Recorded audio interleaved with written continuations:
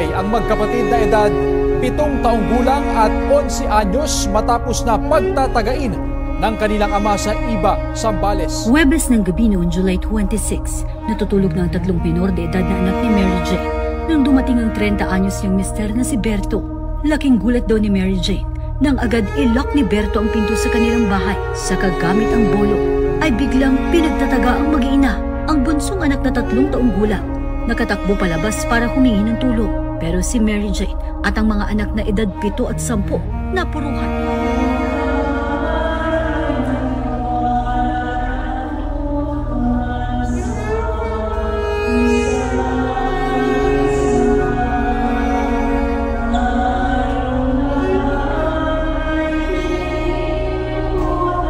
Pagbasa mula sa aklat ng Karunungan ng Solomon. Ang mga matuwid ay nasa kamay ng Diyos at di silang makaranas ng gawing mga pahirap. Sa akala ng mga banal, ang mga matuwid ay namamatay. Iniisip nilang kamatayan ay kapahamakan at ang pagpalo nila ay tinuliyang pagdamo. Ngunit ang totoo, sila'y nananahimik na. Bagamat sa tingin ng tao, sila'y pinag-usahan.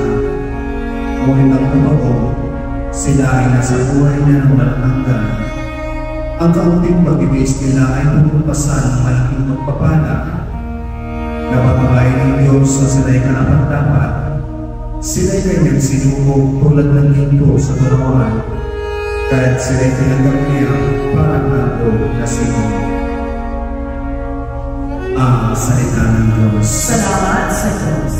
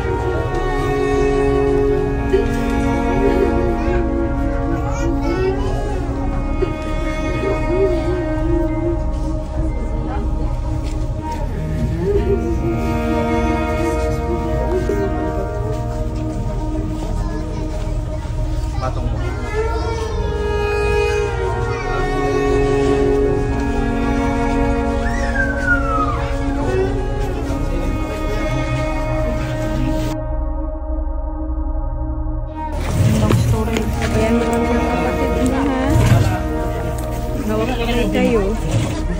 Siyang iwanan.